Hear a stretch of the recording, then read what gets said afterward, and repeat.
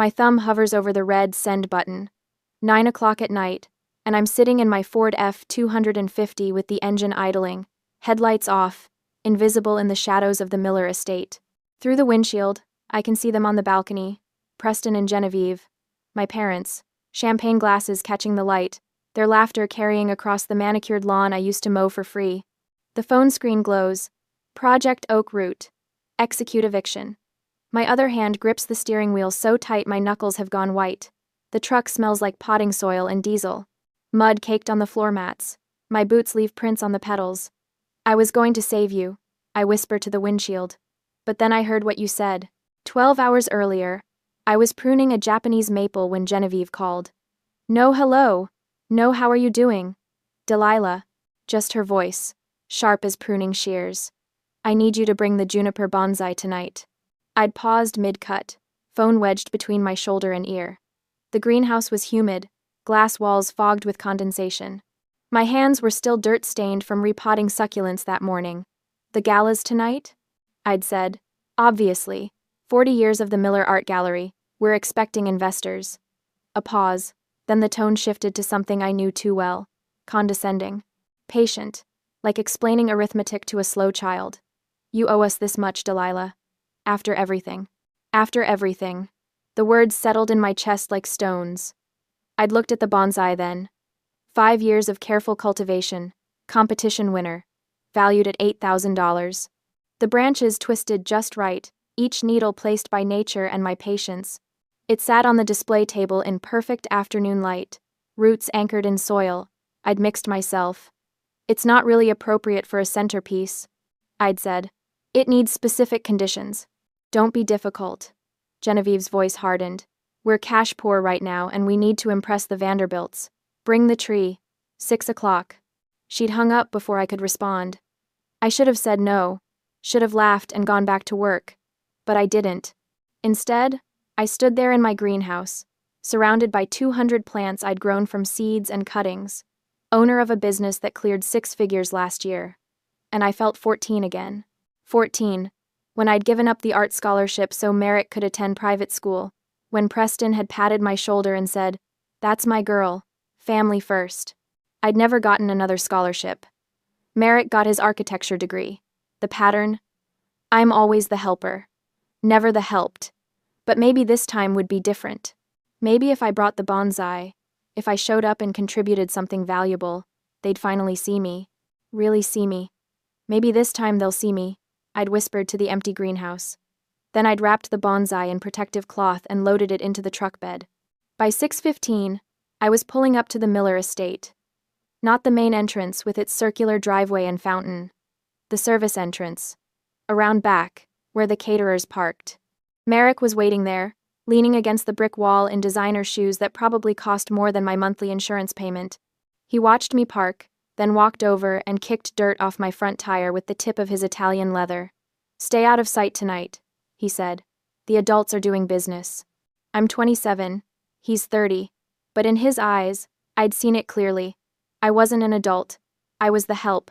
I'd bitten back my response and started unloading the bonsai. 40 pounds of tree and ceramic pot. I carried it alone while Merrick watched, hands in his pockets. While I positioned the truck, I'd glance toward the main entrance. The Vanderbilts were arriving early, stepping out of a black Mercedes. Old money recognizes desperate money. I'd seen it in the way they whispered to each other, the subtle eyebrow raise as Preston greeted them too loudly, laughing too hard. His tuxedo was nice, but I noticed the cuffs were slightly frayed. The family reputation was already cracking. Preston just couldn't see it. Genevieve appeared at the service door as I was carrying the bonsai up the steps. She didn't offer to help. Didn't even hold the door. "You're late," she said. "And couldn't you have worn something presentable?" I looked down at my work jeans, my flannel shirt. I'd come straight from a job site, hands still smelling like mulch. For a moment, I almost wavered. Almost considered driving home to change into something she'd approve of. Then I steadied. "I'm delivering a tree, Mother, not attending your party." Her face tightened, lips pressing into a thin line. But I didn't apologize, didn't collapse into the old pattern of people-pleasing. Small victory. Preston appeared in the doorway behind her. He looked past me, eyes moving straight to the bonsai like I was invisible. "This will do," he said, inspecting the branches. "The Vanderbilts appreciate Eastern aesthetics." "No thank you." No acknowledgement that I'd just given them an $8,000 centerpiece for free. Merrick followed us inside, smirking. At least she's useful for something. My hands trembled as I set the tree down on the main hall table. The realization cut clean and sharp. My family takes. They never give. They never give. Now, sitting in my truck in the darkness, I look at that phone screen again, my thumb still hovering. Through the windshield, Preston raises his glass. Genevieve laughs at something a guest said. They have no idea I'm out here. No idea what's coming. I press send. Another memory flashes back. 6:45. I'm positioning the bonsai on the main hall table, adjusting the angle so the twisted trunk faces the entrance. My fingers brush the lowest branch, checking moisture levels out of habit. The ceramic pot leaves a ring of condensation on the polished mahogany. That's when I hear them. Preston's voice carries from the private viewing room. The door is cracked open. A sharp whine of microphone feedback cuts the air, then settles. They're testing the sound system. Slide 14. Perfect. I freeze. Hands still touching the branch. The wood is smooth under my fingertips, bark worn soft from 5 years of careful training. Merrick's voice answers, amplified by the speakers. The visuals tell the story we need. Something in his tone makes my spine straighten. I should keep working. Should finish arranging the tree and leave through the service entrance like I'm supposed to.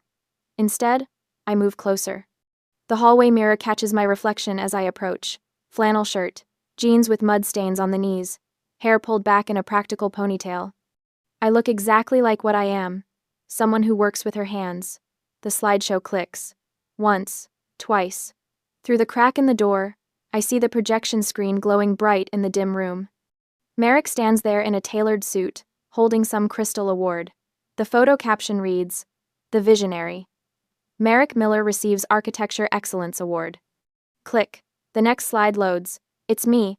I'm covered in pond muck, mud streaked across my face, kneeling beside a retention pond, mid-laugh at something off camera. My work clothes are filthy. My hair is falling out of its tie. I look happy, completely unself-conscious. I remember when that photo was taken. Last spring. The Hendersons' backyard pond had clogged, and I'd spent 3 hours elbow-deep in algae and silt. Mrs. Henderson had laughed at something I'd said and snapped the picture. Said I looked like I was having the time of my life. Preston's voice breaks the silence. It's his presentation voice. Rehearsed, polished. The tone he uses when he's about to close a deal. "We'll tell the investors. This is why we don't let children play in the dirt." A pause for effect. "It proves we have standards." Merrick laughs. The sound echoes off the viewing room walls. "Should we mention she charges people for this?" He's really enjoying himself now. Actual money for manual labor. They're both laughing, practicing their timing, getting the rhythm right so the joke lands perfectly when the investors are watching. My breath catches. The bonsai branch slips from my fingers. Preston continues. "The contrast is essential. Merrick's sophistication versus." Another calculated pause. "Whatever Delilah is doing with her life." The words hang in the air. Clinical, precise. This isn't angry mockery. It's strategy. "She's our cautionary tale," Merrick says. "Visual proof that the Miller family has standards, that we recognize quality." "The Vanderbilts will appreciate it," Preston adds. "They'll see we're not sentimental about failure." My hand finds the wall. The plaster is cool, solid. I need something steady because the floor feels like it's tilting. This isn't about proving anything to me. It's not even really about me. I'm a prop, a before and after comparison. The photograph that makes Merrick look better by contrast. The photo will be seen by every investor in that room. By the Vanderbilts. By Newport's entire elite circle. They'll all laugh at the mud-covered girl who thinks she's worth something. I catch my reflection in the mirror again. Same flannel shirt. Same work jeans. But the woman looking back at me is different than the one who walked into this building an hour ago. Something crystallizes. Sharp and clear and absolutely certain. I don't want their approval anymore. The realization doesn't come with anger. Not yet. Just cold, perfect understanding. I'm not their daughter tonight. I'm their visual aid. My hands are steady as I walk back to the main hall. The bonsai sits on the table exactly where I left it. $8,000 of patient cultivation. 5 years of careful work. I lift it. 40 pounds of ceramic and soil and living wood. The weight settles familiar in my arms. No one sees me walk through the service corridor. The caterers are busy in the kitchen. The florists are arranging centerpieces in the side rooms. I push through the service entrance with my shoulder. A caterer glances up from her van. She's young, maybe 20. Her eyes go to my face, then to the bonsai. "Miss Miller, is everything all right?" My voice comes out level, measured. The centerpiece won't work after all. She sees something in my expression, doesn't ask questions, just nods and goes back to unloading champagne flutes. Small moment, but it matters. Human decency versus family cruelty. The difference is stark. The truck bed is exactly where I left it. I settle the bonsai carefully, wrap the protective blanket around the pot. My hands know this routine. I've transported this tree dozens of times. The engine starts on the first try. Through the windshield, I can see the main hall windows. The display table sits empty now. Just a ring of water condensation where the tree stood. The dashboard clock reads 7:15. Guests arrive in 45 minutes. My phone buzzes. Genevieve's name lights up the screen. I silence it. The tears come as I'm pulling onto Ocean Avenue. My hands shake on the steering wheel, adrenaline crashing through my system now that I'm alone. But underneath the tears, something else is forming. Something harder than grief, colder than anger. I didn't just take back a tree. I took back myself. By 7:45, I'm pulling into the gravel lot at Verdant Horizons. The commercial greenhouse glows amber in the dusk, interior lights reflecting off glass panels. My hands are still shaking on the steering wheel. The F-250's engine ticks as it cools. I sit there, staring at the building I built from nothing. 2 acres of glass and steel. 3 full-time employees. Last year's revenue, $847,000. None of it matters right now. Through the windshield, I see movement. Hank and Sarah are still here, working late on the Pemberton Estate installation. Hank's loading river stones into the bed of the company truck. Sarah's coiling irrigation line. They spot my truck. Both stop mid-task. Hank walks over first, work gloves still on, concern already creasing his weathered face. He's 62, been with me since the beginning. "Boss, what happened?" I try to answer. My mouth opens. Nothing comes out. Sarah appears at the passenger window with a bottle of water. Doesn't ask permission. Just opens the door and hands it to me. She's younger than Hank, maybe 45, but has the same steady presence. The kind of person who knows when to speak and when to just be there. I take the water. My voice finally works. They were going to use me, in a slideshow, to mock me in front of investors. The words sound thin, inadequate. They don't capture the rehearsal. I overheard Preston's voice dripping with practiced humor, Merrick's laughter. Hank's jaw tightens. Sarah's hand finds my shoulder, warm through my flannel shirt. "Come inside," Sarah says. I follow them into the greenhouse. The air smells like peat moss and green growth. Rows of seedlings in their trays, each one labeled in my handwriting. This is real. This is mine. Not the Miller Art Gallery, with its borrowed prestige and unpaid debts. We walk to the workbench area. I lean against the potting table, still holding the water bottle. "I asked Silas to come," I say. "If things went bad tonight." "Good," Hank says. He pulls up a work stool, gestures for me to sit. I shake my head. Can't sit. Too much adrenaline. Then Hank does something unexpected. He kneels down in front of me and starts unlacing my boots. "You don't have to," I start. He pulls a rag from his back pocket and wipes the heavy muck from the leather. He doesn't make them new, just knocks off the filth. "Clean slate, boss," or close enough. The words hit somewhere deep. Preston never cleaned anything, never knelt for anyone, never showed care through action. Sarah's hand stays on my shoulder. They're both just waiting. Not demanding explanations, not rushing me, just present. The greenhouse door opens. Silas Thorne walks in carrying his leather portfolio, still in his suit from whatever courtroom he left early. He's 53, my corporate attorney for 4 years now. Sharp mind, sharper instincts. "Delilah." He sets the portfolio on the workbench. "Talk to me." So I do. The whole thing spills out. Genevieve's demand for the bonsai, the slideshow rehearsal, Preston and Merrick laughing about using my photo as a cautionary tale. the empty centerpiece table I left behind. Silas listens without interrupting. When I finish, he opens the portfolio and spreads documents across the workbench. Oak Root Holdings, LLC, he says. Sarah leans closer, studying the papers. What's Project Oak Root? Silas glances at me. I nod. 6 months ago, he explains, Preston's bank threatened foreclosure on the Miller estate. The property was leveraged beyond capacity. Delilah bought the distressed debt through a shell company I set up. Hank whistles low. You own their debt? $125,000 in unpaid back rent, I say. My voice sounds hollow. I'm their landlord. They never knew. Sarah's hand tightens on my shoulder. Not judgment, support. You were saving them, Silas says quietly. I thought if I proved myself successful enough. I stop. The sentence doesn't need finishing. They were never going to see you, Delilah. Silas's voice is gentle but firm. I've been telling you that for months. The truth lands like a physical weight. He's right. He's been right. I just wasn't ready to hear it. My phone buzzes. Genevieve. I let it ring once, twice. Then I answer and put it on speaker. Where's the tree? Her voice is shrill enough to make Sarah wince. Guests are asking questions. I took it home, Mother. Silence. Then the explosion. You selfish, ungrateful. The insults pour out. Trash, embarrassment, failure. Words she's probably thought for years, finally unleashed. Hank and Sarah stand perfectly still, witnessing. You've ruined everything, Genevieve spits. Don't bother coming back. She hangs up. The greenhouse goes quiet, except for the ventilation system's hum. Silas opens his laptop. I can email the eviction notice right now.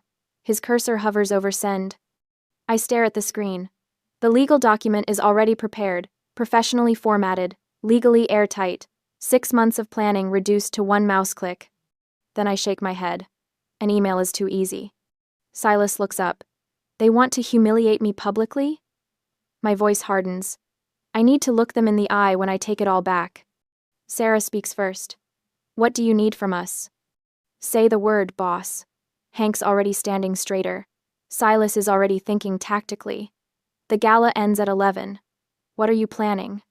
Process server. I meet his eyes. Can you arrange one? He smiles. Actually smiles. I know exactly the right person. The shift in the room is palpable. We're not grieving anymore. We're strategizing. I stand up straight, wipe my face with the back of my hand. Look at the 3 of them. My lawyer. My foreman. My forewoman. This is my real family. Not the people who share my blood but never my burdens. They wanted me invisible, I say. They're about to see me very clearly. Sarah walks to the office closet and pulls out a simple black dress, still in dry cleaning plastic. You left this here last month. After the Chamber of Commerce dinner. I take it. Change right there in the greenhouse, not bothering with modesty. Sarah and Hank turn away out of habit, but Silas keeps working on his laptop, already briefing someone on the phone. The dress fits. Knee length, professional, unremarkable. Then I strap my boots back on underneath the hem. Silas ends his call. Process server will pose as a late arriving guest. Eviction notice is prepared. I'm thinking timing during the keynote presentation. Maximum impact, I say. This is some strategic thinking, boss. Hank grins. I learned from the best. I look at Silas. Just not from them. By 8:40, I'm climbing back into the F-250. The dress feels strange over my work clothes. The boots feel right. My phone screen glows. Project Oak Root. Execute eviction. Through the commercial district, I can just see the Miller estate on the hill. The balcony where Preston and Genevieve are probably standing right now. Champagne glasses raised, convinced they've won. Preston's arm is probably around her shoulders. They're laughing. They think I'm broken. I was going to save you, I whisper to the windshield. But then I heard what you said. My thumb hovers over send. I press it. The screen confirms. Process server dispatched. ETA, 9:45 p.m. I start the engine. The diesel rumbles to life, familiar and powerful. I'm not driving back as a victim. I'm driving back as a predator lying in wait. 9:20. I walk through the main entrance of the Miller Art Gallery for the first time in my life. The black dress Sarah pulled from the office closet fits well enough, skimming my knees, simple and severe. But underneath the hem, with each step across the marble floor, my heavy work boots thud softly. No more mud prints, Hank saw to that, but the battered leather looks violent against the polished floors. Ancient and scarred amidst a sea of patent leather and silk. Nobody notices yet. They're all too busy pretending not to stare at the centerpiece table. Someone has placed a generic crystal vase filled with store-bought white roses in the center. It looks small, pathetic even, against the grandeur of the hall. A desperate placeholder. The water ring from the massive bonsai pot is still faintly visible on the mahogany if you look past the cloth runner. The room is packed. Investors in dark suits cluster near the bar. The Vanderbilts occupy the corner table, their posture radiating the kind of judgment only old money can afford. Newport's elite scattered throughout, champagne glasses catching chandelier light. Genevieve spots me first. Her face does something I've never seen before. It contorts, twists through shock into pure rage, then smooths into a mask so quickly I almost doubt I saw it. She crosses the room in 4 seconds flat, heels clicking like gunshots. "How dare you show your face?" Her voice is low, venomous. Close enough that I can smell her perfume, expensive and cloying. I meet her eyes. "I'm a Miller. This is a Miller event." Her hand clamps around my upper arm, fingers digging in hard enough to bruise. "You embarrassed us. That centerpiece cost us credibility." I don't pull away. Don't flinch. Did I? Or did you embarrass yourselves? Across the room, I catch the Vanderbilt matriarch watching us. Her expression is unreadable, but she's paying attention. They all are now. Genevieve's grip tightens. Then Preston sees me. He goes still, champagne glass halfway to his lips. His eyes find Merrick at the podium, and something passes between them, some silent agreement that makes my spine straighten. Preston moves toward Merrick with quick, urgent steps. They lean close, whispering. Merrick glances at me, and his smile is all teeth. They aren't waiting for the keynote anymore. I can see it in the way Merrick signals the AV technician, the way Preston's jaw sets with determination. They're moving up the schedule. They want to punish me now. Want to crush whatever brought me back here before I can speak, before I can explain the missing centerpiece. They need me broken in front of these investors. Merrick approaches the microphone. The feedback squeals once, and the room settles into expectant silence. "Before we begin our formal remarks," he says, voice smooth and practiced, "I'd like to share something with you all." The lights dim. The massive screen behind the podium illuminates, white and waiting. My heartbeat stays steady. I've been expecting this since I heard them rehearsing earlier. Since I understood exactly what they thought of me. Merrick's photograph appears first. Him in a tailored suit, accepting some architecture award, looking every inch the visionary they want him to be. Polite applause ripples through the crowd. Then my photo replaces his. I'm covered in pond muck, kneeling in wet soil, laughing at something Hank said off camera. My hair is plastered to my forehead. My hands are black with earth. The joy on my face is unguarded, genuine, completely unaware I was being photographed. The room ripples with uncomfortable laughter, not cruel yet, but uncertain. Waiting for context, Merrick leans into the microphone. "Some of us build legacies." He pauses for effect, gestures to his award photo. "Others just dig holes." The laughter grows louder, more confident now that they understand the joke. Preston steps up beside Merrick, taking the microphone. "This is what happens when you reject education." I stand in the center of the room. The spotlight finds me somehow, probably Merrick's doing. Every face turns toward me, and I feel the weight of their judgment, like physical pressure. This is the moment they've been building toward. Complete exposure. Total humiliation. I bow my head slowly. Let my shoulders slump. Let my hands clasp in front of me, fingers twisting together like I'm trying to hold myself together. To Preston, to Genevieve watching from the side, to Merrick at the podium, I look exactly how they need me to look. Broken, defeated, remembering my place. Preston and Genevieve exchange glances across the room. Triumph gleams in their eyes, bright and hungry. Merrick smirks from the podium, leaning back like he's already won. At the bar, I catch them in my peripheral vision. Preston reaches for his champagne, and Genevieve meets him there. They clink glasses with the delicate sound of crystal on crystal. Preston leans close to her, whisper carrying just far enough for me to hear. She needed to remember her place. Genevieve sips, her lipstick leaving a mark on the rim. Maybe now she'll appreciate what real success looks like. They're drunk on it. The perceived power. The certainty that they've put me back in the box where I belong. Their guard is completely down. Near the Vanderbilt table, an older woman in pearls frowns at the screen. She leans toward her companion, stage whispering. Seems unnecessarily cruel. The Vanderbilt matriarch's face is stone. No smile, no approval. Just that careful neutrality that speaks volumes if you know how to read it. But Preston doesn't notice. He's too focused on me, on my bowed head and slumped shoulders. His arrogance blinds him to the way the room's mood is shifting, the subtle discomfort spreading through the crowd. I keep my head down. Keep playing the part. Then I check my watch. 9:43. I lift my gaze slowly, scanning the room until I find Silas near the entrance. He's dressed like any other guest, dark suit blending in perfectly. Our eyes meet across the crowded space. I give him the smallest nod, barely a movement at all. He nods back. Steps aside from the doorway. The door opens behind him. A man in a dark suit enters, moving with purpose. He doesn't look around, doesn't hesitate.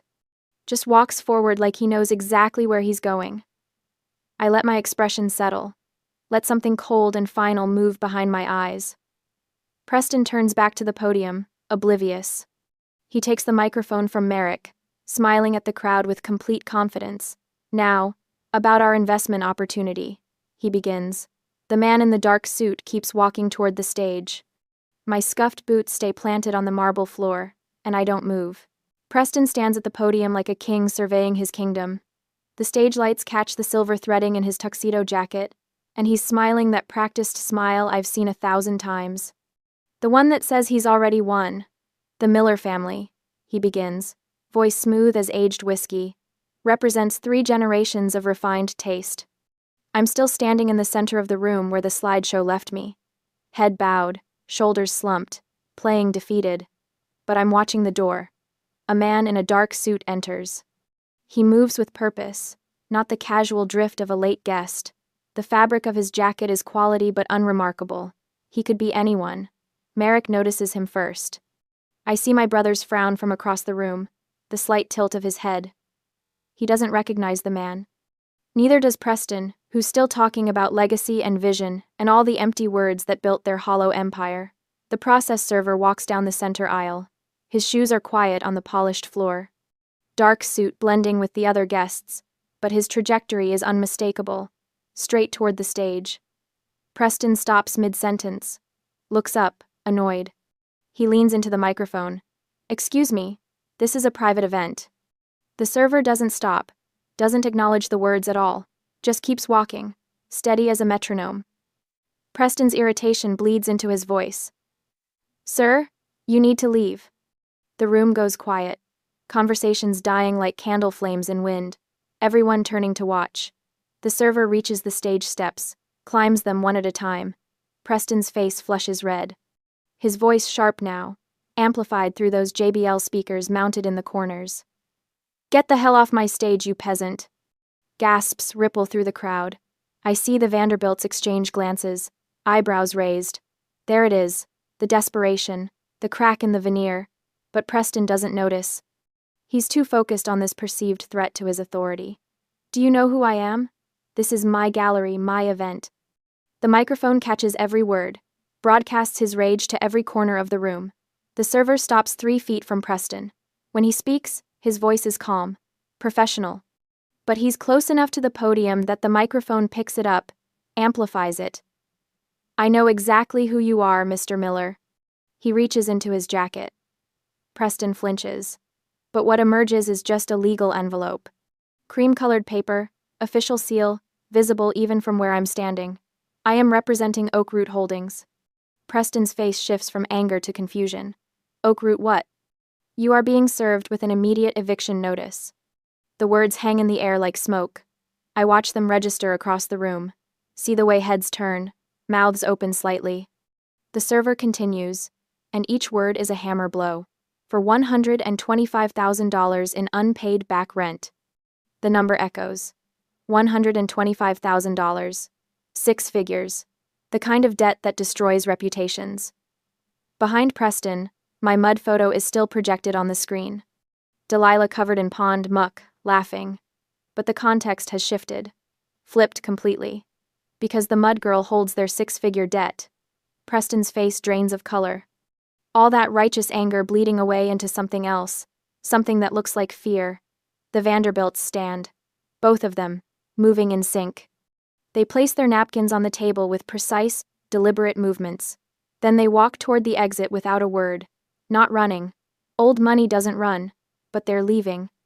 Avoiding contamination from this scandal. Other investors follow. I watch the social suicide happen in real time, exactly like Silas warned. The thing Preston feared most, manifesting right in front of him. "This is a misunderstanding," Preston stammers into the microphone. His voice has lost all its polish. "There's been some kind of mistake." The server's voice cuts through his protests. "Your lease is terminated effective immediately due to chronic non-payment. You have 48 hours to remove personal belongings." Genevieve's heels click on the floor. She's rushing toward the stage, dress swishing around her legs. "Who owns Oak Root? I demand to know." But the server isn't finished.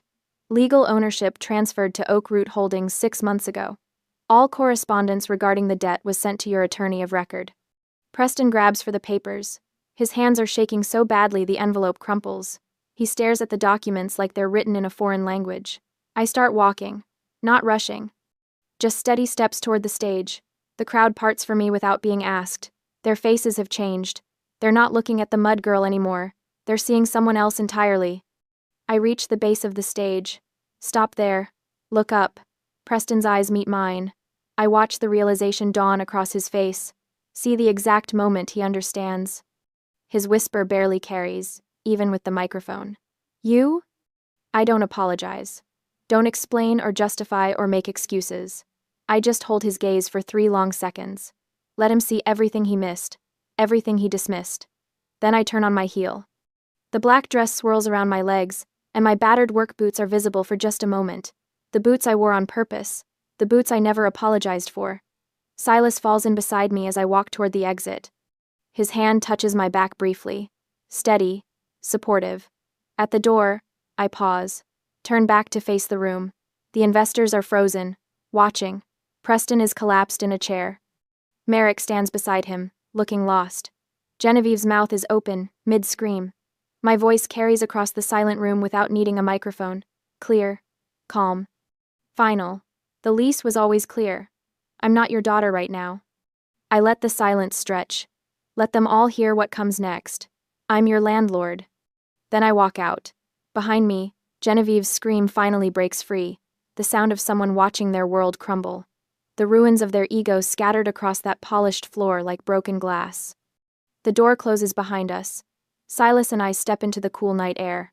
I don't look back. 9 o'clock the next morning, and Genevieve's Mercedes pulls up to verdant horizons like she still owns the world. But she's wearing flats, not the Louboutins she'd had on last night. Flats. I notice from inside the greenhouse, hands deep in potting soil, repotting a Japanese maple that doesn't need my attention right now but gives me something to focus on besides the car door slamming. Hank intercepts her at the entrance. I hear his voice through the open windows, flat and professional. "Boss isn't taking visitors." "I need to speak with my daughter." Genevieve's voice cracks on the word daughter. Her makeup is smudged. She's wearing yesterday's dress, wrinkled across the bodice. I set down my pruning shears and wipe my hands on my jeans. Step into the doorway where she can see me. "We need to talk," she says. Her eyes are red. "We're family." I don't look up from the branch I'm examining. Family doesn't humiliate family publicly. The shears make a clean snip, precise. A small branch falls to the workbench. "Your father is devastated." She takes a step closer.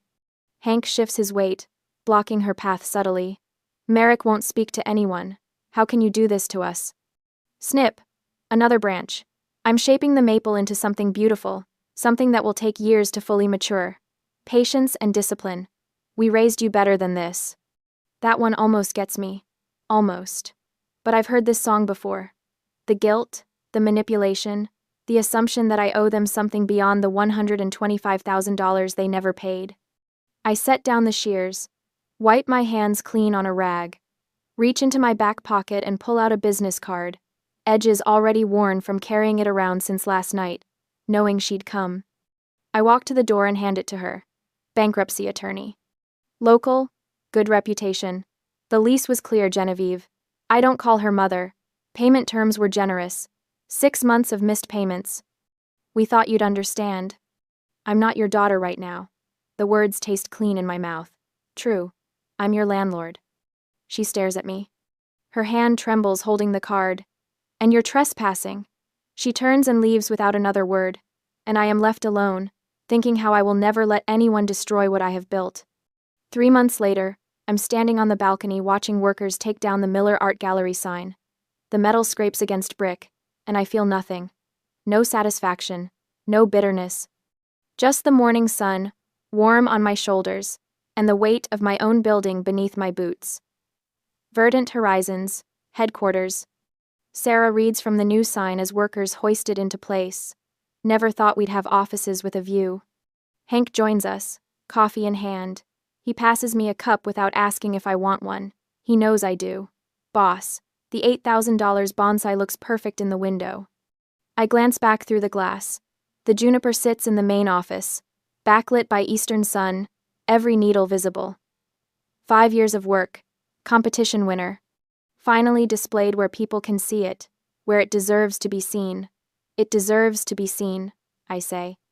Silas arrives with his leather portfolio, footsteps echoing in the new space. Preston and Genevieve signed the settlement this morning. Merrick moved to Boston. No forwarding address. I nod. Take a sip of coffee. The information lands without weight. They're gone, and I'm still here, and that's enough. The office walls behind me hold photographs now. Completed landscapes. Happy clients standing in gardens I designed with my own hands. No family photos. The mud crew. Silas. The people who chose me. That's family enough. Business is thriving. 3 new commercial contracts signed last week.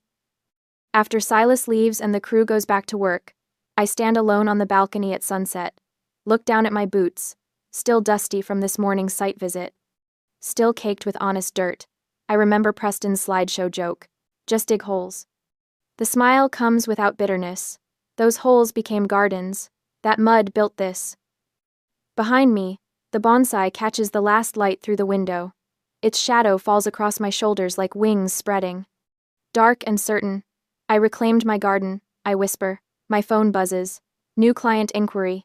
I answer without hesitation. Verdant horizons. Delilah Miller speaking. My name. No apology in it. No shame. Just mine. The building gleams in twilight around me. Same balcony where they stood laughing, mocking the mud girl. Now mine. Openly. Legally. Completely.